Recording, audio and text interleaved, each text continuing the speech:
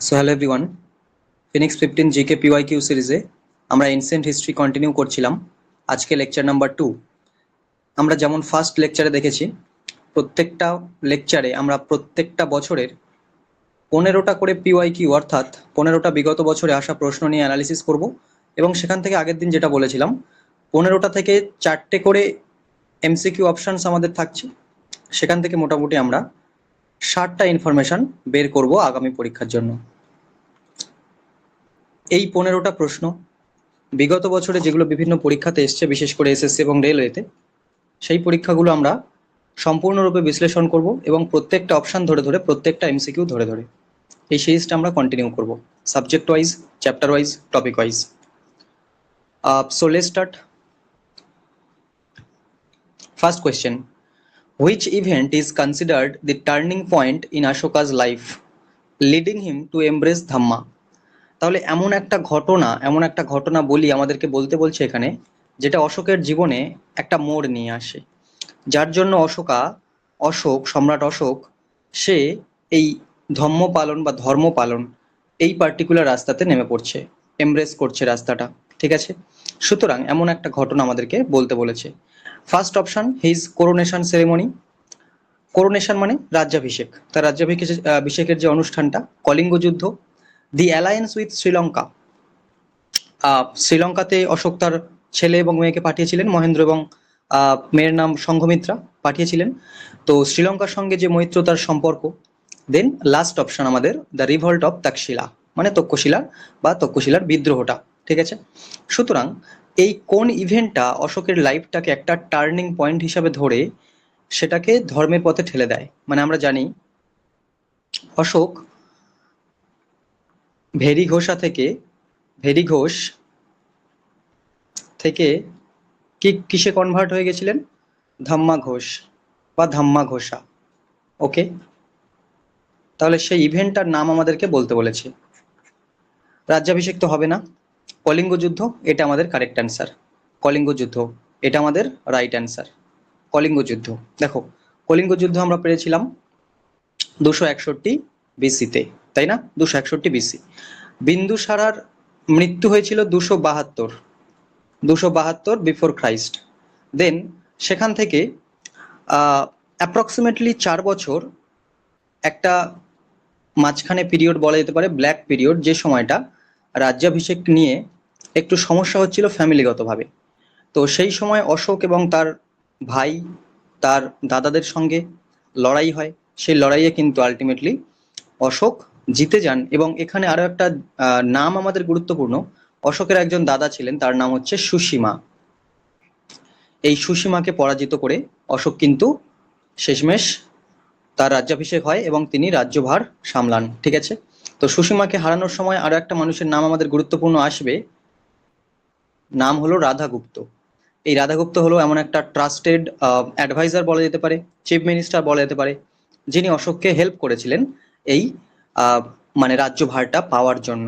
তার ভাইকে, তার দাদাকে হারিয়ে, সুসীমাকে হারিয়ে অশোক যে রাজ্যভারটা সামলেছিলেন, রাজ্যের মানে গদিটা পেয়েছিলেন, সেটাতে সাহায্য করছে কে? কোন মানুষটা? রাধাগুপ্ত। ঠিক আছে, আচ্ছা, তাহলে বিন্দুসারার 272 বিসিতে মারা যাওয়া এবং তারপরে ঠিক 4 বছর পরে অ্যাপ্রক্সিমেটলি 268-269 বিসি, এই সময়টা কিন্তু অশোকের কোনটা হচ্ছে? কোরোনেশন। এই কোরোনেশনটা কোন সময় হচ্ছে? 268-69 এই সময়টা। ঠিক আছে, আরো একটা প্রশ্ন এখান থেকে বিগত বছর এসেছিল, সেটা হলো 261 বিসিতে তো কলিঙ্গ ওয়ার, মানে কলিঙ্গের যুদ্ধ 261 বিসি। সুতরাং এই মাঝখানের যে গ্যাপটা কতটা, এইটা নিয়েও কিন্তু বিগত বছরে প্রশ্ন ছিল। সুতরাং এই প্রশ্নটার উত্তর হবে 8 বছর। 8 বছরের একটা গ্যাপে তারপরে কিন্তু কলিঙ্গ যুদ্ধ হয়। রাজ্যাভিষেকের 8 বছর পরে অ্যাপ্রক্সিমেটলি কলিঙ্গ যুদ্ধ লড়েন কে? সম্রাট অশোক। এবং এই কলিঙ্গ যুদ্ধের যে নৃশংসতা, সেই ব্লাডশেড, ক্রুয়েলটি, সেটা দেখার পরে অশোক কিন্তু ধর্মের পথে নেমে যান। ঠিক আছে, এগুলো আমরা করেছি।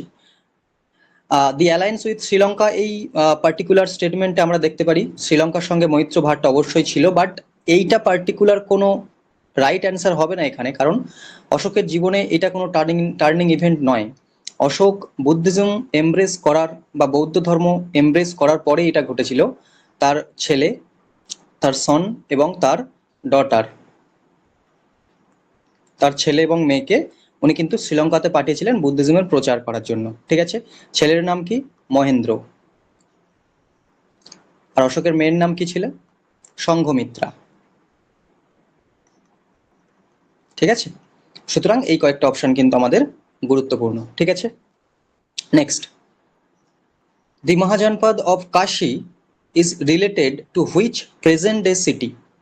কাশী নামের যে মহাজনপদ আমরা জানি, ষোড়শ মহাজনপদ আমরা সবাই করেছি, 16 মহাজনপদ। এই 16টা মহাজনপদের মধ্যে একটা গুরুত্বপূর্ণ ছিল কোনটা? কাশী। এইটা কোন শহরের সাথে সম্পর্কিত, মানে প্রেজেন্ট ডে কোন শহরটাকে আমরা তখনকার দিনের কাশী বলতাম? ঠিক আছে, প্রেজেন্ট ডে কোনটা? ঠিক আছে, জয়পুর, জয়পুর তো হবে না, কারণ জয়পুর হচ্ছে কোথায়? রাজস্থানে। মথুরা, বেনারস বা বারাণসী এবং এলাহাবাদ। এলাহাবাদের নাম বদলে এখন কি করা হয়েছে? প্রয়াগরাজ, তাই না? প্রয়াগরাজ। মথুরা এবং বেনারসের মধ্যে কোনটা হবে? বানারস। বানারস মানে যেটা আজকের দিনে বারাণসী নামেও কিন্তু আমরা জানি। ঠিক আছে, এইরকম প্রত্যেকটা মহাজনপদের, 16টা মহাজনপদের ক্যাপিটাল নিয়ে প্রশ্ন আসতে পারে, তাদের প্রেজেন্ট লোকেশন নিয়ে প্রশ্ন আসতে পারে। ঠিক আছে, এইরকম কয়েকটা গুরুত্বপূর্ণ থাকে। যেমন ফর এক্সাম্পল মগধ, সমস্ত মহাজনপদের শেষমেশ সবচেয়ে পাওয়ারফুল এটাই কিন্তু ছিল। ঠিক আছে, মগধ। রাজগীর ক্যাপিটাল, বা গিরবিরাজ আমরা বলতে পারি, গিরবিরাজ। ঠিক আছে, ঠিক আছে। দেন আরো একটা গুরুত্বপূর্ণ মহাজনপদ বলতে পারি অঙ্গ। অঙ্গের ক্যাপিটাল কোনটা ছিল? চম্পা, তাই না? এরকম 16টা মহাজনপদ আমরা করেছি। ঠিক আছে, কোশালা। কোশালা আমরা মৌর্য সাম্রাজ্য যখন পড়লাম, সেখানে কোশালাটা গুরুত্বপূর্ণ ছিল। কোশালার রাজধানী ছিল শ্রাবস্তী, তাই না? এরকম ভাবে ক্যাপিটাল নিয়ে প্রশ্ন আসতে পারে, কিংবা মহাজনপদের নাম এবং প্রেজেন্টের লোকেশন নিয়েও কিন্তু প্রশ্ন আসতে পারে। ঠিক আছে, next, which language was adopted by Jainism as its sacred language in ancient India? সুতরাং প্রাচীন ভারতের যে জৈন ধর্ম, বৌদ্ধ ধর্ম এবং জৈন ধর্ম, সেটা আমরা করেছি। তো সেই জৈন ধর্ম কোন ভাষাকে তাদের পবিত্র ভাষা হিসাবে গ্রহণ করেছিল? ঠিক আছে, জৈন ধর্ম। বৌদ্ধ ধর্ম এক, জৈন ধর্ম আলাদা। সুতরাং দুটো ধর্ম দুটো আলাদা আলাদা ভাষা কিন্তু নিয়েছিল। আমরা এটা বারংবার বিভিন্ন পরীক্ষাতে পেয়েছি। আমরা যখন জৈনিজম দেখছি, মানে জৈন ধর্ম দেখছি, সেখানে কিন্তু আমরা কোন ভাষার প্রচলনটা দেখছি? সেখানে কোনো লিটারেরি প্রোডাকশন হোক, ব্যবহারে, সেখানে কিন্তু আমরা দেখছি প্রাকৃত ভাষা। ঠিক আছে, আর যদি সেখানে প্রশ্ন আসে বুদ্ধিজম নিয়ে, মানে বৌদ্ধ ধর্ম নিয়ে, সেখানে আমাদের কোন ভাষাটা চলতো? পালি ভাষা, তাই না? দেন পালি অ্যান্ড প্রাকৃত। সুতরাং প্রাচীন ভারতের যে জৈন ধর্ম কোন ভাষাকে তাদের পবিত্র ভাষা হিসেবে গ্রহণ করেছিল? এখানে উত্তর আমাদের কি হবে? প্রাকৃত ভাষা। ঠিক আছে, জৈন ধর্ম মানেই প্রাকৃত ভাষা, এটা মনে রাখতে হবে। যেমন বুদ্ধিজমের পালি ভাষা, বুদ্ধিজমের যে ত্রিপিটক আমরা পড়ে থাকি, ত্রিপিটক, ত্রিপিটক, 3টে পিটক, এটাও কিন্তু পালি ভাষাতেই ছিল। ঠিক আছে, আমরা পালি ক্যানন নামেও কিন্তু জেনে থাকি। পালি ক্যানন, ক্যানোনিক্যাল লিটারেচার, নন ক্যানোনিক্যাল লিটারেচার, এইগুলো আমরা করে থাকি। ঠিক আছে, ত্রিপিটকের মধ্যে আমরা পাই কোনটা? বিনয়, বিনয় পিটক, অভিধম্ম পিটক, তাই না? অ্যান্ড কোনটা? সুত্তা পিটক। 3টে, এই 3টে পিটক আছে, তাই না? সুত্তা পিটকে কি থাকে? সুত্তা পিটকে পুরো ধর্মের যে বাণী উনি দিয়েছিলেন, ডায়লগস, বুদ্ধর যে টিচিংটা ছিল অরিজিনালি, সেটা আমরা সুত্তা পিটকে পাচ্ছি। অভিধম্ম পিটকে কি পাচ্ছি? অভিধম্ম পিটকে ফিলোসফিক্যাল টিচিং এর জায়গাটা পাচ্ছি। বিনয় পিটকে কি পাচ্ছি? যে সন্ন্যাসী বা সন্ন্যাসিনী ছিলেন, তাদের জন্য বিভিন্ন বিধি নিয়ম কানুন বানানো, তাই না? এগুলো আমরা কিন্তু পাচ্ছি। সুতরাং জৈনিজমের স্যাক্রেড ল্যাঙ্গুয়েজ কি অ্যাডপ্টেড ছিল? সেটা হলো প্রাকৃত ভাষা। এবং যদি বৌদ্ধ ধর্ম নিয়ে প্রশ্ন আসে, একই প্রশ্ন, তাহলে কি উত্তর হবে? সেটা হচ্ছে এই পালি ভাষা। ঠিক আছে, ব্যাস। Next, during the Mauryan society, Megasthenes divided the Indian society into 7 distinct groups. এটা হবে ডিস্টিংক্ট গ্রুপস। ঠিক আছে, distinct groups. In which group were the kings councillors placed? সুতরাং বিভিন্ন ভাগে যে বিভক্ত করেছিলেন, 7টা ভাগে, 7টা বিভিন্নভাবে, সেই পার্টিকুলার সময়ে মেগাস্থেনিসের ভাগ করা কোন গ্রুপে কিংসের যে কাউন্সিলর, মানে রাজকীয় যে উপদেষ্টা, তাদের কোন গ্রুপে রাখা হয়েছিল? 7টা গ্রুপের মধ্যে 7th, 1st, 5th and 2nd কোন গ্রুপে রাখা হয়েছিল? ঠিক আছে, মেগাস্থেনিসের বই কোনটা? ইন্ডিকা। মেগাস্থেনিসের লেখা ইন্ডিকা, তাই না? মেগাস্থেনিস কে পাঠিয়েছিলেন? সেলুকাস নিকাটর, তাই না? সেলুকাস নিকাটর পাঠিয়েছিলেন, তাই না? কোথায় পাঠিয়েছিলেন? চন্দ্রগুপ্ত মৌর্যের দরবারে। চন্দ্রগুপ্ত মৌর্যের দরবারে, তাই না? পাঠিয়েছিলেন। ওনার লেখা ইন্ডিকা বা ইন্ডিকা, একটা সিএ বা কে দুটোই বলা যেতে পারে, একটা আর্কেইক ইউজ। সুতরাং এনার যে ইন্ডিকা তো পরবর্তী সময়ে পুরোপুরি রূপে পাওয়া যায়নি। ইন্ডিকা যে বইটা সেটা তো নষ্ট হয়ে গেছিল, তার কিছু পাতা বেঁচে ছিল। সেই ফ্র্যাগমেন্টস গুলো আমরা স্টাডি করে যতটুকু ইনফরমেশন পেয়েছি মৌরিয়ান সোসাইটির উপরে, পুরো মৌর্য সাম্রাজ্যের শাসনকালের উপরে, তাই না?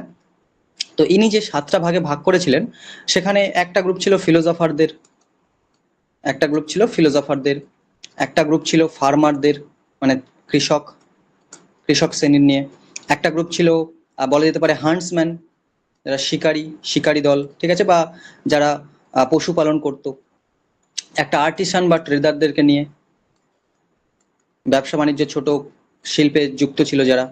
ওকে, সোলজারদের একটা গ্রুপ ছিল, সোলজার 1 2 3 4 5টা, আরো দুটো গ্রুপ আছে, আরো দুটো স্পাইদের একটা গ্রুপ ছিল, স্পাই, ঠিক আছে, স্পাইদের গ্রুপ ছিল। দেন আরো একটা গ্রুপ ছিল এই কাউন্সিলরটা, ঠিক আছে, যেটা আমাদের প্রশ্ন এসছে কিংসের কাউন্সিলর, ঠিক আছে, তো কাউন্সিলরের একটা গ্রুপ ছিল। সুতরাং এই যে 7টা গ্রুপ, এই 7টা গ্রুপের মধ্যে কোন গ্রুপে রাজকীয় উপদেষ্টারা ছিলেন? ঠিক আছে, তো সুতরাং আমাদের অপশন হবে 7th গ্রুপ, ঠিক আছে, এইটা আমাদের রাইট অপশন, অ্যান্সার এ নাম্বার অপশন আমাদের correct answer. Okay, next. With reference to provinces under the Mauryan dynasty, which of the following pairs is correct?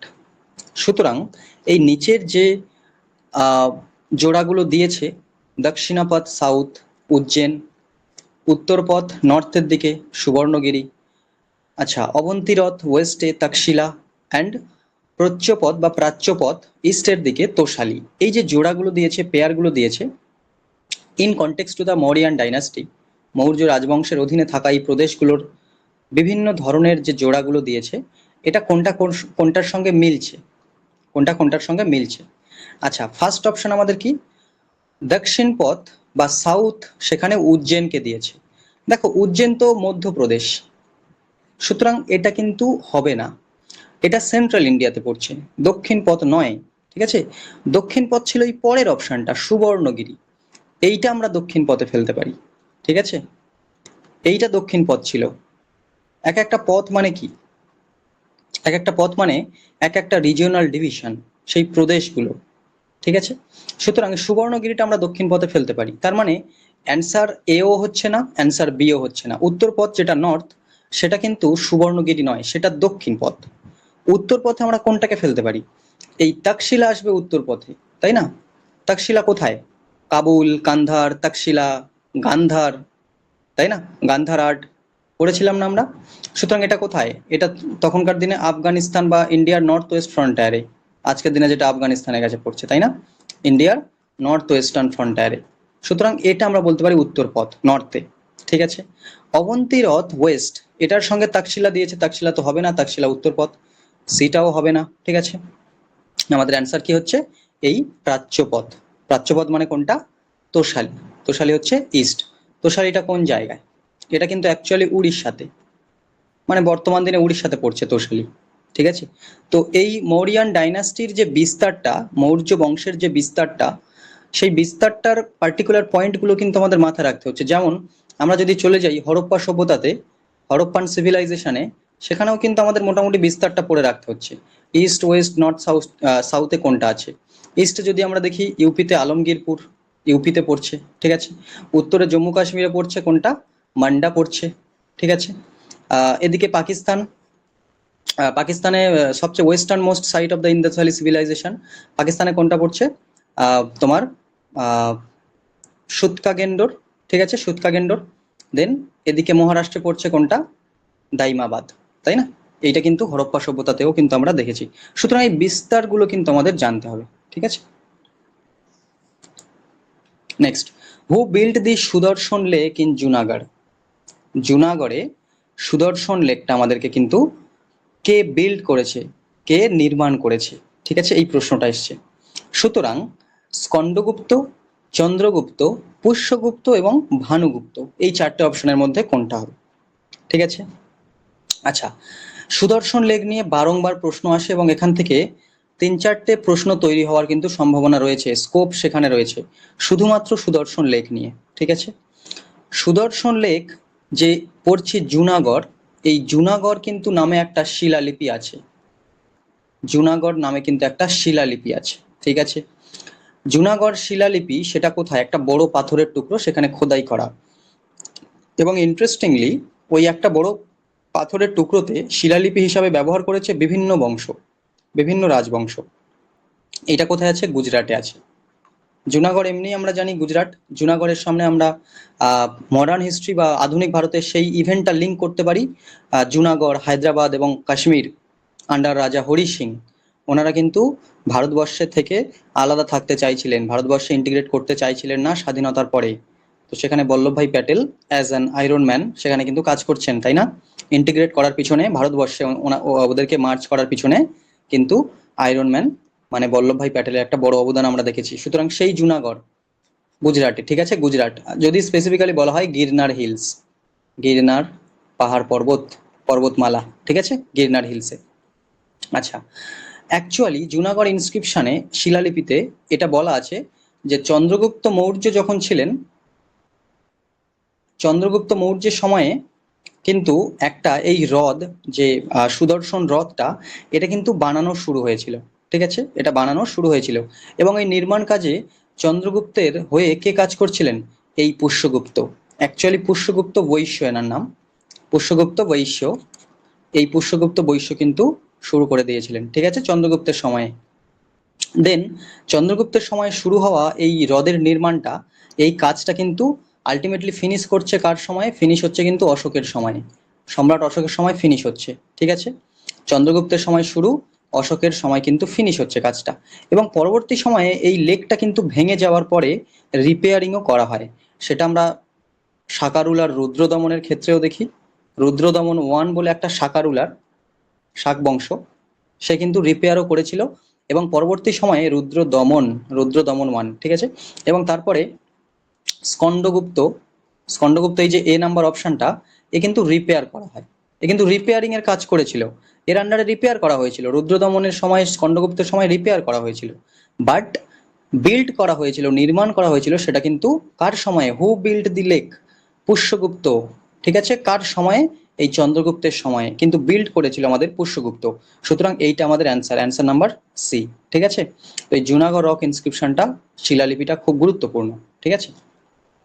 Next, which of the following is the oldest dated fort in India? তাহলে নিচের কোনটি ভারতের সবচেয়ে প্রাচীনতম একটা দুর্গ, as first mentioned in Alexander the Great's war records? সুতরাং Alexander the গ্রেটের যুদ্ধের যে রেকর্ড যেগুলো লেখা ছিল, সেই পুরো রেকর্ড খতিয়ে যদি আমরা দেখি, তাহলে সেখানে উল্লেখ করা প্রথম সবচেয়ে প্রাচীনতম দুর্গ ভারতবর্ষে কোনটা ছিল, যা এটিকে খ্রিস্টপূর্ব 4র্থ শতাব্দীতে নিয়ে যায়। যেটা 4র্থ শতাব্দীর ওখানে কিন্তু মানে ডেটটা দিয়েছে জাস্ট, ওই সময়ে কিন্তু বিল্ড করা, এরকম একটা ডেটে বিল্ড করা, ওটা অ্যাপ্রক্সিমেটলি আনুমানিক। সুতরাং কোন ফোর্ট, কোন দুর্গটা, ফোর্ট মানে কিন্তু দুর্গ, ঠিক আছে, দুর্গ, কোন ফোর্টটা? দেখো, Kangra fort, Gwalior fort, Kumbhalgarh fort and Mehrangarh, ঠিক আছে। এই প্রশ্নটা যদি কেউ অ্যান্সার করতে টাফ মনে করে, তাহলে একটা ট্রিক এখানে কিন্তু খেলতে পারে। সেটা কি হলো, দেখুন, আলেকজান্ডার দ্য গ্রেট আমরা সবাই জানি, আলেকজান্ডার কিন্তু ভারতবর্ষের নর্থ ওয়েস্টার্ন ফ্রন্টিয়ারে এসে, উত্তর পশ্চিম ওই জায়গাতে এসে up to the Punjab Province ওই পর্যন্ত ম্যাক্সিমাম আসতে পেরেছিলেন, নিচের দিকে কিন্তু আসেননি। সুতরাং এই যে গোয়ালিয়র, গোয়ালিয়র কোথায়, মধ্যপ্রদেশে, তাই না, মধ্যপ্রদেশে গোয়ালিয়র। কুম্ভলগড় ফোর্ট, এই কুম্ভলগড়টা কোথায়, এটাও রাজস্থানে। মেহরানগড়, এটাও রাজস্থানে। এই জায়গাগুলোর নামও তো অ্যাটলিস্ট যদি মনে থাকে, আমরা কিন্তু গেস ওয়ার্ক করতে পারি, এলিমিনেশন মেথড এখানে প্লে করতে পারি। সুতরাং মধ্যপ্রদেশ, রাজস্থান, এখানে তো আলেকজান্ডার আসতেই পারেননি, ঠিক আছে। কাংড়া ফোর্ট যেটা কিন্তু অ্যাকচুয়ালি কোথায় পড়ছে, হিমাচল প্রদেশে, ঠিক আছে, হিমাচল প্রদেশে। সুতরাং উনি এতদূর যেহেতু আসতে পারেননি, হিমাচল প্রদেশ অর্থাৎ ওই নর্থার্ন ইন্ডিয়াতে কাছাকাছি এলাকা, যেটা পাঞ্জাবটা পাঞ্জাব হরিয়ানা সাইডে দিল্লি এবং তার উপরে একটু হিমাচল প্রদেশ। আমরা জানি যখন পাঞ্জাবটা ট্রাইফার্কেট করা হয়, পুরো পাঞ্জাব প্রভিন্সটাকে ভেঙে দেওয়া হয়, সেই পাঞ্জাবটাকে কিন্তু কিছু জায়গা হিমাচল প্রদেশে দিয়ে দেওয়া হয়েছিল, কিছু জায়গা নিয়ে হরিয়ানা হয়েছিল। হরিয়ানা মানে যেটা পাঞ্জাবের হিন্দি স্পিকিং এরিয়া ছিল, তাই না? দেন পাঞ্জাবের ওখান থেকে আবার ভেঙে কিন্তু চণ্ডীগড়ও হয়। এই চণ্ডীগড়টা আজকের দিনে পাঞ্জাব এবং হরিয়ানার জয়েন্ট ক্যাপিটাল, জয়েন্ট রাজধানী, তাই না?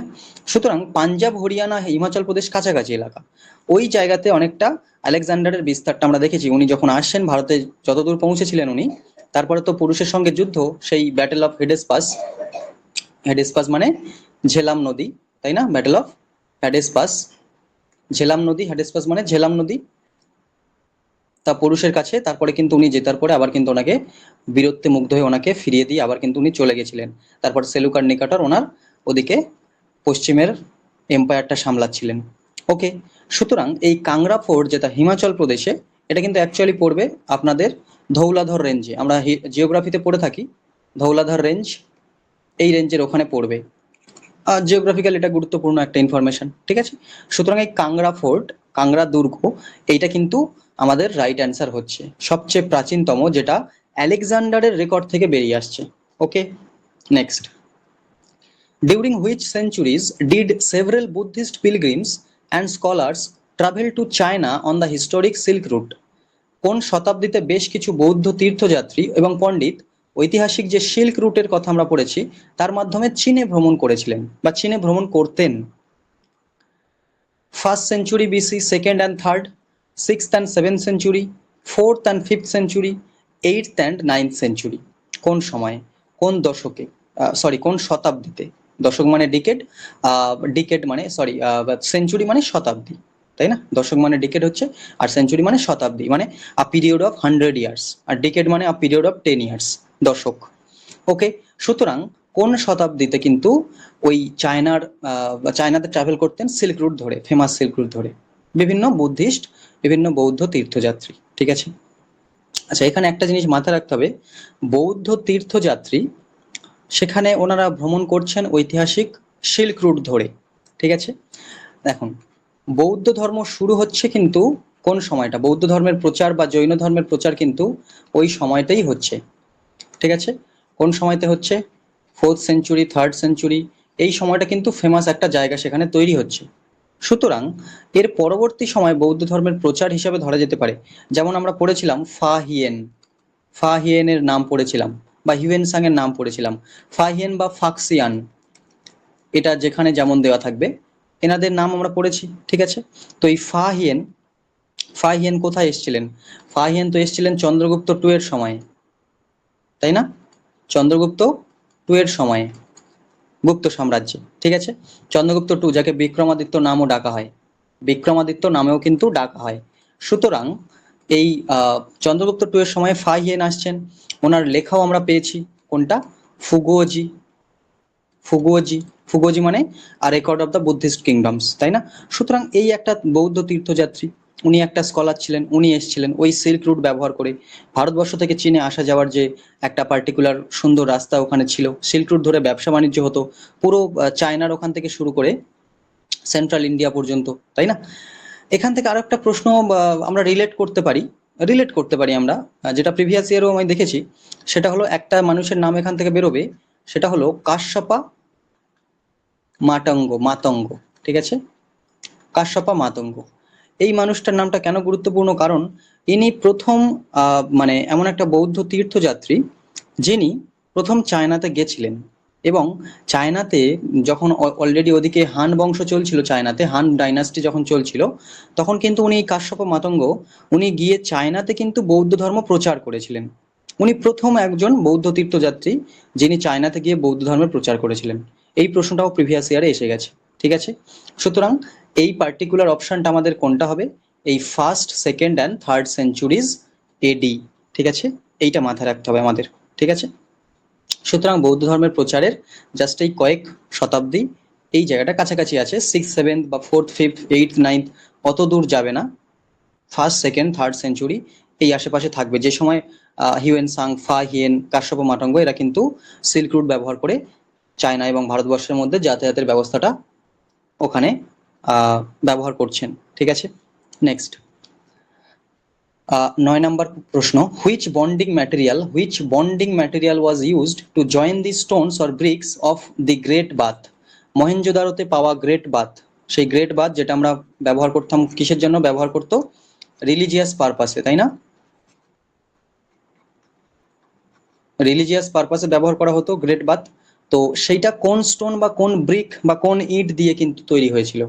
এমন একটা উপাদান আমাদের বলতে হবে, কোন বন্ডিং ম্যাটেরিয়াল, কোনটা দিয়ে যুক্ত করা হতো। ঠিক আছে, জিপসাম মোর্টার, অপশন নাম্বার প্রথম জিপসাম মোর্টার। জিপসাম মোর্টার মানে কি? যেটা আমরা বলি না আলকাতরা, আলকাতরা বলে থাকি না বাংলাতে, এই আলকাতরা দিয়ে একটা মানে যেটা প্রাকৃতিক বিটুমেন, সেটা দিয়ে একটা লেপন দেবে একটা উপরে সুন্দরভাবে পুরুভাবে।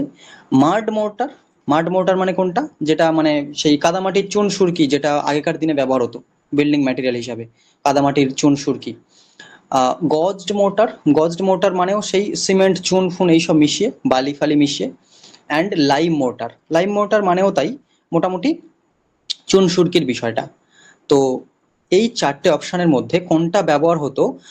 মহেঞ্জোদারোর যে গ্রেট বাথটা আমরা দেখেছি, এই গ্রেট বাথটা কোথায় পাওয়া যায়? হরপ্পা সভ্যতার কোন শহরে? মহেঞ্জোদারোতে, তাই না? সেখানে কোন বন্ডিং ম্যাটেরিয়ালটা ব্যবহার করা হতো? ঠিক আছে, এর অ্যান্সার হবে এই জিপসাম মোর্টার। জিপসাম মোর্টার মানে আলকাতরা দিয়ে। ঠিক আছে, এইটা দিয়ে কিন্তু বিল্ডিং ম্যাটেরিয়াল হিসাবে জয়েন্টের কাজ করতো, এটা দিয়ে প্রলেপ দেওয়া হতো, এটা জয়েন্ট, দুটো ব্রিক নিয়ে বা দুটো স্টোনের টুকরো নিয়ে যে জয়েন্ট করা হতো সেটা কিন্তু ব্যবহার করা হতো। ঠিক আছে, জিপসাম। জিপসাম অ্যাকচুয়ালি কিছুই না, জিপসাম হলো ক্যালসিয়াম সালফেট ডাইহাইড্রেট। ঠিক আছে, তো ওইটা খুব খুব শক্ত থাকে, ওই জিনিসটা মানে খুব এফেক্টিভ হয়। আলকাতরার যে প্রলেপটা দেওয়া হয় জয়েন্ট করার জন্য, খুবই এফেক্টিভ হয়। তো এটা কিন্তু ওয়াইডলি ব্যবহার করা হতো, বিশেষ করে গ্রেট বাথে তো এটা ব্যবহার করা হয়েছিল মহেঞ্জোদারোতে। ঠিক আছে, ওকে, নেক্সট আমরা চলে যাব। In Dholavira which of the following materials is extensively used as a building material?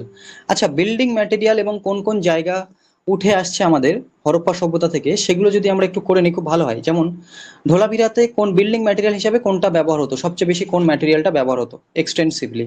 ঠিক আছে, কোন উপাদানটি ব্যবহার হতো? একটা হচ্ছে granite, stone, bricks and cement, কোনটা ব্যবহার হতো? ঠিক আছে, আচ্ছা, ধোলাভিরা, ধোলাভিরা মানে আমরা জানি যেটা গুজরাটে, তাই না? তো ধোলাভিরার যে ওয়াটার ওয়াটার সিস্টেমটা সেটা কিন্তু আমরা খুবই ফেমাস ভাবেই জানি, এটাকে চিনে থাকি। তো ওয়াটার সিস্টেম, এখানে ড্রেনেজ ব্যবস্থা ধোলাভিরাতে, ওয়াটার সাপ্লাইয়ের ব্যবস্থাটা ওটা পুরোপুরি সমুদ্রের কাছে, পোর্ট সিটিও বলতে পারি আমরা, কাছাকাছি আছে ওয়াটার ম্যানেজমেন্টের জায়গাটা। সুতরাং লোথাল এবং ধোলাভিরা কিন্তু খুব মেজর রোল প্লে করেছে, আমরা এটা হরপ্পা সভ্যতাতে পড়েছি। এই জায়গাটায় আমাদের কোনটা অপশন ঠিক হবে? ঠিক আছে, এর অপশন হবে এই স্টোন দিয়ে। স্টোন মানে আমরা অনেক বইতে হয়তো পুরোপুরি স্টোন পাবো না, শুধুমাত্র লাইমস্টোন ব্যবহার হবে সেখানে কোথাও লেখা, লাইমস্টোন বা সোপস্টোন। সোপস্টোন মানে এমন একটা পাতলা, একদম একদম হালকা, এমন একটা আহ পুরোপুরি সাদা নয়, পুরোপুরি হোয়াইট নয়, একটু ইয়েলোইশ কালার আছে। তো সেটা একেবারে নরম একটা এমন ধাতু, এমন একটা নরম দেখা যেতে পারে, সেগুলো কিন্তু ব্যবহার হতো। লাইমস্টোন, সোপস্টোন, স্যান্ডস্টোন এগুলো কিন্তু ব্যবহার হতো। ঠিক আছে, তো এইসব স্টোন, বিভিন্ন স্টোন টাইপের জিনিসপত্রগুলো কিন্তু ব্যবহার হতো কোথায়? ঢোলাভিরাতে, বিল্ডিং ম্যাটেরিয়াল হিসাবে। ঠিক আছে, তো এই স্টোনগুলো কিন্তু ব্যবহার হতো খুব ভাবে ঢোলাভিরাতে। আচ্ছা, যেমন ভাবে আমরা মহেঞ্জোদারোতে দেখলাম, মহেঞ্জোদারোর যে ড্যান্সিং গার্ল পাওয়া গেছিল, যেটা আমরা ফার্স্ট লেকচারে কভার করেছি, ড্যান্সিং গার্ল, সেখানেও একটা পিওয়াইকিউ দেখেছিলাম। সেটা কিসে, সেটা কোন মেটালে? ব্রোঞ্জ দিয়ে তৈরি, তাই না? সেটা ব্রোঞ্জ দিয়ে তৈরি। কোন টেকনিকে ব্যবহার করা হয়েছিল? Lost wax technique. কোন টেকনিকে? ওই ড্যান্সিং গার্লের যে ব্রোঞ্জের স্ট্যাচুটা, সেটা কোন টেকনিকে বানানো হয়েছিল? Lost wax technique. ঠিক আছে, ছাঁচ থাকবে, তাতে মেটাল গলিয়ে সেই ছাঁচটা পরে শুকিয়ে গেলে, শক্ত হয়ে গেলে মেটালটা, ছাঁচটা খুলে নেওয়া, তো লস্ট ওয়্যাক্স টেকনিক। ঠিক আছে, ওকে, মহেঞ্জোদারো ড্যান্সিং গার্ল সেটা আমরা পেয়েছিলাম। মহেঞ্জোদারোতে প্রিস্ট কিং পাওয়া গেছিল, যেটা মহেঞ্জোদারোতে প্রিস্ট কিং, সেটা কি দিয়ে তৈরি? সেটা ওই সোপস্টোন যেটা বলছিলাম, ওটা অ্যাকচুয়ালি স্টিয়েটাইট পাথর, স্টিয়েটাইট, সরি স্টিয়েটাইট, অনলি স্টিয়েটাইট পাথরের তৈরি প্রিস্ট কিং, সেটাও পাওয়া গেছিল কিন্তু মহেঞ্জোদারোতে। ঠিক আছে, মহেঞ্জোদারো গ্রেট বাথ আমরা দেখলাম, সেটা বিটুমেন মানে আলকাতরা অ্যান্ড পোড়ানো ইট দিয়ে তৈরি। ঠিক আছে, হরপ্পাতে মেল টোর্সও পেয়েছিলাম, সেটা আমরা কিন্তু একটা মেল ড্যান্সার আমরা পেয়েছিলাম। তো এইগুলো বিভিন্ন ধরনের যে বিভিন্ন আহ, আহ, বিভিন্ন জিনিসপত্র যেগুলো আমরা পেয়েছিলাম, আর্কিওলজিক্যাল রিমেন্স, সেগুলো কিন্তু বিভিন্ন ম্যাটেরিয়াল দিয়ে বানানো, সেগুলো কিন্তু আমরা দেখছি। এগুলো নোট ডাউন করে রাখতে হবে, কোনটা কি দিয়ে বানানো ছিল, কোন ম্যাটেরিয়াল সেখানে ব্যবহার করা হয়েছিল, কোন উপাদানটি নির্মাণ সামগ্রী হিসাবে কিন্তু ব্যবহার করা হয়েছিল। Next, the early Vedic economy was primarily based on dash activity. আদি বৈদিক যে অর্থনীতি, সেটার মূলত কোন ক্রিয়াকলাপের উপর ভিত্তি করে হয়েছিল? আর্লি বেদিক, বেদিক এজ আমরা কোনটা দেখি, একটা হচ্ছে আর্লি বেদিক, একটা হচ্ছে লেটার বেদিক এজ। ঠিক আছে, আর্লি বেদিক এজ আমরা বলতে পারি কত থেকে কত, 1700 বা অ্যাপ্রক্সিমেটলি 1750। সেখান থেকে আমরা কোথায় দেখছি, সেখান থেকে কিন্তু আমরা প্রায় 1000 বছর। দেন লেটার বেদিক এজ কত থেকে দেখছি, 1000 থেকে মোটামুটি 600 পর্যন্ত, তাই না, বিসিই। এগুলো সবগুলো কিন্তু বিসিই মানে বিফোর কমন এরা, বিফোর ক্রাইস্ট, খ্রিস্টপূর্বাব্দে। সুতরাং এই দুটো আলাদা আলাদা কিন্তু বেদিক এজ আমরা দেখেছি, সেখানে ইকোনমি স্ট্রাকচারও কিন্তু আলাদা আলাদা ছিল। আমাদের অপশন আছে আর্লি বেদিক এজে ইকোনমিটা কেমন ভাবে ছিল। Early Vedic age iron ore mine করা হতো, ঠিক আছে, এটা তো সম্ভব না, আয়রন অনেকটা পরে এসছে। তারপরে প্যাস্টোরাল একটা, ট্রেডিং মানে ব্যবসা, এবং এগ্রিকালচার, এগ্রিকালচার মানে পুরোপুরি চাষবাস বা কৃষি। ঠিক আছে, আচ্ছা, মাইনিং আয়রন ওর এটা তো হবেই না, কারণ আয়রন তারপরে এসছে, আর্লি বেদিকে যে আসেনি। ট্রেডিং ব্যবসা বাণিজ্য, ব্যবসা বাণিজ্য কিন্তু তখন খুব ভালোভাবে হয়নি, ব্যবসা বাণিজ্য হয়েছিল শুরু লাস্টের দিকে লেটার বেদিকে যে, এবং যখন মহাজনপদ আমরা দেখবো সেখানে কিন্তু আস্তে আস্তে ভালো ব্যবসা চলতে থাকে। যেমন আমরা মগধে দেখেছি কিভাবে নদীটাকে মাঝখানে রেখে কিভাবে ব্যবসা বাণিজ্য চলতো আশেপাশে খুব ভালোভাবে। এগ্রিকালচার, এগ্রিকালচার হতে পারে, বাট এগ্রিকালচারটা এখানে একটু সমস্যা আছে, আর্লি বেদিকে যে কিন্তু এগ্রিকালচার সেইভাবে গ্রো করেনি, সেটা লেটার বেদিকে যে করেছে যখন আয়রনটা এলো, যখন আয়রনের ব্যবহারটা এলো লেটার বেদিকে যে শেষের দিকে, সেই সময় কিন্তু এগ্রিকালচারটা চালু হচ্ছে। সুতরাং এগ্রিকালচারটাও কিন্তু পুরোপুরি আর্লি বেদিকে যে ইকোনমি আমরা বলতে পারি না। সুতরাং আমাদের অ্যান্সার হবে প্যাস্টোরাল, প্যাস্টোরাল অর্থনৈতিক ক্রিয়াকলাপ। প্যাস্টোরাল মানে কি, পুরোপুরি পশুপালন। ঠিক আছে, এই জায়গাটা কিন্তু আমাদের মাথায় রাখতে হচ্ছে। ঠিক আছে, ওকে নেক্সট, নেম দি শ্রীলঙ্কান বুদ্ধিস্ট টেক্সট, এমন একটা টেক্সট বা একটা পাঠ বা বই, সেটা আমাদেরকে বলতে হবে, that provides details of the Mauryan empire. তাহলে শ্রীলঙ্কার সেই বৌদ্ধ পাঠের নামটা বা বইটার নামটা, বৌদ্ধ ধর্মের একটা বই যেটা মৌর্য সাম্রাজ্যের বিবরণ প্রদান করে। তাহলে মৌর্য সাম্রাজ্যের নিয়ে বলা আছে ডিটেলসে, সেরকম একটা শ্রীলঙ্কান বুদ্ধিস্ট টেক্সট আমাদেরকে মেনশন করতে হবে। পরিশিষ্ট পার্ব, অশোকবদন, দীপাবামসা এবং দিব্যাদান। ঠিক আছে, এইগুলোর মধ্যে আমাদের কিন্তু খুব বেশি কঠিন জায়গা নেই যে আমরা একেবারে প্রথম নাম শুনছি, এমনটা তো নয়। আচ্ছা, এই যে দিব্যদান, এইটা তো খুবই কমন, কারণ দিব্যদানটা আমরা কি নিয়ে পড়ে থাকি, কিছু ডিভাইন বা কিছু স্বর্গীয় বা স্বর্গ থেকে নেমে আসা এমন কিছু দৈবিক জিনিসপত্র, ডিভাইন কিছু স্টোরি আছে সেখানে। ঠিক আছে, এবার এটাকে কি ধরা হয়, বুদ্ধিস্ট যে লেজেন্ডগুলো আছে, পুরো বুদ্ধিস্ট যে গল্প, যে আগেকার দিনের যে ইভেন্টগুলো বা যে মানুষগুলোর নাম সেখানে বলা আছে, তাদের একটা অ্যান্থোলজি, একটা কম্পাইলেশন, তাই না, সেই অ্যান্থোলজি আমরা ধরতে পারি। এবং এটা অ্যাকচুয়ালি এই যে দিব্যদানটা, এটা ফেমাস কোথায়, নর্থ ইন্ডিয়াতে খুব ফেমাস, নর্থ ইন্ডিয়ার ওখানেই প্রচলন, ওখানেই সব। ঠিক আছে, নর্থ ইন্ডিয়ার ওখানে দিব্যদান। ঠিক আছে, সুতরাং এটা কিন্তু শ্রীলঙ্কান বুদ্ধিস্ট টেক্সট নয়। ঠিক আছে, আচ্ছা, এই যে পরিশিষ্ট পার্বণ, এইটা কে লিখেছে, এটা তো আমরা করেই থাকি বইতে লিস্টে, যখন বুকস অ্যান্ড অথর্সের লিস্ট করে থাকি হিস্টোরিক্যাল বইতে, সেটা আমরা করে থাকি যে হেমাচন্দ্র, হেমাচন্দ্রের লেখা এটা, তাই না, এটা সংস্কৃত ভাষাতেই লেখা ছিল, হেমাচন্দ্রের লেখা এটা। ওকে, অশোকবদন এবং দীপাবমসা। ঠিক আছে, অ্যান্সার হবে আমাদের দীপাবমসা। এইটা শুধুমাত্র মনে রাখতে হবে, দীপাবমসাও নয়, মানে দীপাবমসা অ্যান্ড মহাবমসা দুটো বইতেই কিন্তু আমরা দুটোতাই মানে দুটো বই শ্রীলঙ্কার সঙ্গে, এই বৌদ্ধ ধর্মের সঙ্গে রিলেটেড, শ্রীলঙ্কার বুদ্ধিস্ট টেক্সট দুটোই, দীপাবমসা অ্যান্ড মহাবমসা। ঠিক আছে, দুটোই মনে রাখতে হবে। অশোকবদনটা যদি আমরা দেখি, এটা কিন্তু ভারতীয় অরিজিনের, এটা কিন্তু শ্রীলঙ্কার বুদ্ধিস্ট টেক্সট নয়। শ্রীলঙ্কার বুদ্ধিস্ট টেক্সট তাহলে কি হবে? এই দুটো সবচেয়ে বেশি প্রশ্ন আসে বিভিন্ন পরীক্ষাতে, দীপাবংসা অ্যান্ড মহাবংসা। ঠিক আছে, মহাবংসা। এই দুটো বইয়ের নাম কিন্তু আমাদের মনে রাখতে হচ্ছে ভালোভাবে। Next, the iron age site named Tekwada. Tekwada, Tekwada যে একটা আয়রন এজ সাইট, বিভিন্ন এজ আমরা এসছি, সেটা লোকেটেড ইন কোথায়? টেকওয়াডা নামের যে লৌহ যুগের স্থানটি সেটা কোথায় অবস্থিত? ঠিক আছে, খুব গুরুত্বপূর্ণ প্রশ্ন। তাকে এখান থেকে একটা বিষয় উঠে আসছে, আমরা বিভিন্ন ধরনের এজ পড়েছি। ঠিক আছে, bronze age, copper age, chalcolithic period, iron period, এগুলো আমরা দেখেছি পরপর সিকোয়েন্সে কিভাবে এসছে। প্যালিওলিথিক, মেসোলিথিক, নিওলিথিক, তাই না, চালকোলিথিক, এইভাবে আমরা পড়েছি।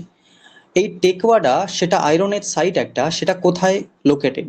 ঠিক আছে, এটার অ্যান্সার হবে মহারাষ্ট্র। ঠিক আছে, মহারাষ্ট্র এর অফিসিয়াল অ্যান্সার কি ছিল? মহারাষ্ট্র। মহারাষ্ট্র যখনই আসবে আয়রন এজ হিসাবে, তখন একটা কালচার আমাদেরকে মাথায় সবসময় ভেবে রাখতে হবে, বা এইটা আমাদের সবসময় মাথার মধ্যে থাকে। মহারাষ্ট্র আয়রন এজ মানে সেই মহারাষ্ট্রের জোড়বে কালচার। জোড়বে কালচার, জোড়বে একটা সংস্কৃতি সেখানে গড়ে উঠেছিল, জোড়বে একটা কালচার বা একটা সিভিলাইজেশন কিন্তু সেখানে তৈরি হয়েছিল। শুধুমাত্র মহারাষ্ট্র নয়, মহারাষ্ট্র এবং মধ্যপ্রদেশের যে মালবা এলাকাটা, মালবা অঞ্চলটা, সেখানেও কিন্তু এই জোড়বে কালচারটা চলতো।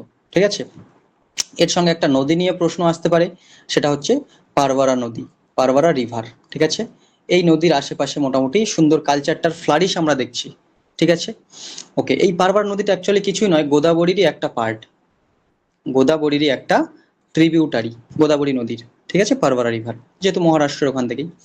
ওকে, তো এই জায়গাটা কিন্তু আমাদের মাথায় রাখতে হবে। ঠিক আছে, Tekwada. Palkigundu, Palkigundu minor rock edicts of Ashoka are located in. অশোকের পালকিগুন্ডু যে এডিক্ট, যে শিলালিপি, মেজর, দেখো, এক তো অশোকের শিলালিপির মধ্যে মেজর শিলালিপি আছে কটা? 14টা, এবং অনেকগুলো মাইনরও রয়েছে। ঠিক আছে, শিলালিপি, সেগুলো আমরা পড়ে থাকি। সুতরাং এটা কিন্তু মাইনর রক এডিক্ট, পালকিগুন্ডু যেটা, এটা মাইনর রক এডিক্ট। এটা কোথায় অবস্থিত? ঠিক আছে, কোথায় অবস্থিত? তো এডিক্ট নিয়ে কিন্তু অনেক প্রশ্ন তৈরি হয়। তেলেঙ্গানা, তামিলনাড়ু, কর্ণাটক অ্যান্ড মহারাষ্ট্র। ঠিক আছে, অশোকের রক এডিক্ট নিয়ে প্রশ্ন এলে বেশিরভাগ ক্ষেত্রে কিন্তু আমাদের মেনশন করতে হবে কর্ণাটকটা। এটা বেশিরভাগ সময় থাকবে, কারণ কর্ণাটকেই সবচেয়ে বেশি মোটামুটি এডিক্ট আমরা নাম দেখছি প্রচারে। ঠিক আছে, যেমন যদি আমরা দেখি মাস্কি, মাস্কি ইনস্ক্রিপশন, মাস্কি ইনস্ক্রিপশন, মাস্কিটা কোথায়? কর্ণাটকে। এই মাস্কি ইনস্ক্রিপশন সাথে গুজ্জার ইনস্ক্রিপশন, এই যে শিলালিপিগুলো, এখানে কিন্তু সম্রাট অশোকের পুরো অশোক নামটাই মেনশন করা ছিল। ঠিক আছে, অশোক, অশোক নামটাই মেনশন করা ছিল। বেশিরভাগ ক্ষেত্রে অশোকের যে শিলালিপিগুলো, সেখানে কিন্তু অশোকের নাম, অরিজিনাল নামটা নেই। দেবানাম পিয়া, দেবানাম পিয়া বা পিয়াদাসী, এইসব নামে কিন্তু অশোক খ্যাত ছিলেন। এই সব নাম কিন্তু উঠে এসছে বিভিন্ন শিলালিপিতে। এই মাস্কি অ্যান্ড গুজ্জার শিলালিপিতে আমরা কিন্তু অশোকের নামটা অরিজিনালি দেখতে পাচ্ছি। ঠিক আছে, আবার যদি আপনারা চলে যান কর্ণাটকেই, কাঙ্গানাহাল্লি ইনস্ক্রিপশন, কাঙ্গানাহাল্লি যে শিলালিপি, কাঙ্গানাহাল্লি, এই শিলালিপিটা যদি চলে যান, এটাও কিন্তু কর্ণাটকে। এই শিলালিপিতে অশোককে কোন নামে ডাকা হয়েছে? রান্নীয় অশোকা, রান্নীয় অশোকা। ঠিক আছে, রান্নীয় অশোকা। সুতরাং বিভিন্ন যে ইনস্ক্রিপশন, বিভিন্ন শিলালিপি, এই মেজর যে 14টা শিলালিপি আমরা করছি, এই 14টার মধ্যে কিছু কিছু কিন্তু খুব গুরুত্বপূর্ণ আছে। যেমন আপনারা বলতেই পারেন শিলালিপি নাম্বার 7, এই মেজর শিলালিপির মধ্যে 7, বা শিলালিপি নাম্বার 12, সেখানে কিন্তু পুরোপুরি অশোকের যে রিলিজিয়াস টলারেন্স, মানে সমস্ত ধর্মের প্রতি যে একটা টলারেন্সের আইডিয়া, সেটা কিন্তু দেওয়া আছে। আচ্ছা, যদি যদি যদি প্রশ্ন আসে 5 নম্বর শিলালিপিতে কি আছে, 5 নম্বর মেজর যে শিলালিপি, সেখানে কি আছে? সেখানে কিন্তু ধাম্মা মহামাত্তা, যে কিছু অফিসিয়াল অ্যাপয়েন্ট করেছিল অশোকা তার ধর্মের বাণী প্রচার করার জন্য, সেই অফিসিয়াল গুলো কিন্তু তাদের অ্যাপয়েন্টমেন্ট নিয়ে কথা আছে, ধাম্মা মহামাত্তাজ, তাই না, সেই অফিসার গুলোকে নিয়ে। যদি প্রশ্ন আসে বা কলিঙ্গ যুদ্ধের কথা অশোকের কোন শিলালিপিতে মেনশন আছে, কলিঙ্গা ওয়ার, সেটা কত নাম্বার শিলালিপি? 13 নম্বর শিলালিপি। ঠিক আছে, এইগুলো কিন্তু মাথায় রাখতে হবে। ঠিক আছে, তো শিলালিপি নিয়ে কিন্তু অনেক রকমের প্রশ্ন হয়। ঠিক আছে, এগুলো মাথায় রাখতে হচ্ছে। Next, Next and the last question, that is Harappa, one of the sites of the Harappan culture, was found in which of the following states of pre-independent India? সুতরাং হরপ্পা সংস্কৃতির অন্যতম একটা স্থান, অন্যতম একটা শহর, গুরুত্বপূর্ণ হরপ্পা, যেটা প্রাক স্বাধীন ভারতের কোন রাজ্যে পাওয়া গিয়েছিল, কোন রাজ্যে আছে? দেখো, এইগুলো কিন্তু আমরা হয়তো খেয়াল করি না, অনেক সময় পড়েই যাই যে অ্যাকচুয়ালি হরপ্পা কোথায়, বানাওয়ালি কোথায়, চানহুদারো কোথায়, সুতকাগেন্ডোর কোথায়, তাই না? এগুলো আমরা জাস্ট পড়ে থাকি, সেটা পাকিস্তানে পড়ছে না ইন্ডিয়াতে পড়ছে। ধোলাভিরা কোথায়, লোথাল কোথায়, পাকিস্তানে পড়ছে না ইন্ডিয়াতে পড়ছে। মহেঞ্জোদারো পাকিস্তানে পড়ছে না ইন্ডিয়াতে পড়ছে। আমরা জাস্ট কান্ট্রি ওয়াইজ কিন্তু এটা মেজরলি দেখে থাকি, বাট কিছু কিছু ক্ষেত্রে কিন্তু প্রশ্ন দেখো প্রিভিয়াস ইয়ারে বিগত বছর এসছে যে কোন রাজ্যে পার্টিকুলারলি, যেমন পাকিস্তানের কোন প্রদেশে, বা ইন্ডিয়াতে ইন্ডিয়ার কোন রাজ্যে কোন প্রদেশে, সেই টাইপের প্রশ্ন কিন্তু এখানে আমরা দেখছি। পাঞ্জাব, বালুচিস্তান, সিন্ধ এবং ইউনাইটেড প্রভিন্স। দেখো, প্রথমত হরপ্পা কিন্তু পাকিস্তানেই ছিল, এইটা নিয়ে তো আমরা কেউই দ্বিমত নই। হরপ্পা ছিল পাকিস্তানে, সুতরাং ইউনাইটেড প্রভিন্স বা আজকের দিনের যে ইউপি উত্তরপ্রদেশ, সেখানে তো সম্ভব না, তাই না? উত্তরপ্রদেশ সম্ভব না। উত্তরপ্রদেশের একটা সাইড গুরুত্বপূর্ণ, সেটা হচ্ছে আলমগীরপুর। উত্তরপ্রদেশের ওয়েস্টার্ন উত্তরপ্রদেশ পর্যন্ত কিন্তু বেশ বিস্তার ছিল। এই আলমগীরপুর হচ্ছে easternmost site of the Indus valley civilisation, মানে সবচেয়ে পাশ্চাত্য সাইট, সবচেয়ে পাশ্চাত্য না, মানে পূর্বের সাইট, সবচেয়ে easternmost site of the Indus valley civilisation, মানে সরস্বতী সভ্যতা বা সিন্ধু সভ্যতার সবচেয়ে ইস্টার্ন মোস্ট, মানে সবচেয়ে পূর্বের যে সাইটটা ছিল এখনো পর্যন্ত যা খোদাই করে পাওয়া গেছে। তো এই আলমগীরপুরটা কিন্তু আমাদের মাথায় রাখতে হচ্ছে। আচ্ছা, আমাদের প্রশ্ন ছিল হরপ্পা, সুতরাং পাঞ্জাব, বালুচিস্তান এবং সিন্ধ, এই তিনটের মধ্যে অপশন হতে পারে, কারণ পাঞ্জাব শুধুমাত্র ইন্ডিয়াতে নেই, পাকিস্তানেও কিন্তু একটা বড় অংশ গেছে। পার্টিশনের পরে পাঞ্জাব প্রদেশটার সবচেয়ে বড় অংশ, বেশিরভাগটা পাকিস্তানেই গেছে, যে যতটা না ইন্ডিয়াতে আছে তার চেয়ে বেশি পাকিস্তানে কিন্তু গেছে পাঞ্জাব প্রদেশটা ভাগের পরে। সুতরাং এটা মাথায় রাখতে হবে। তাহলে এই তিনটে অপশনের মধ্যে কোনটা?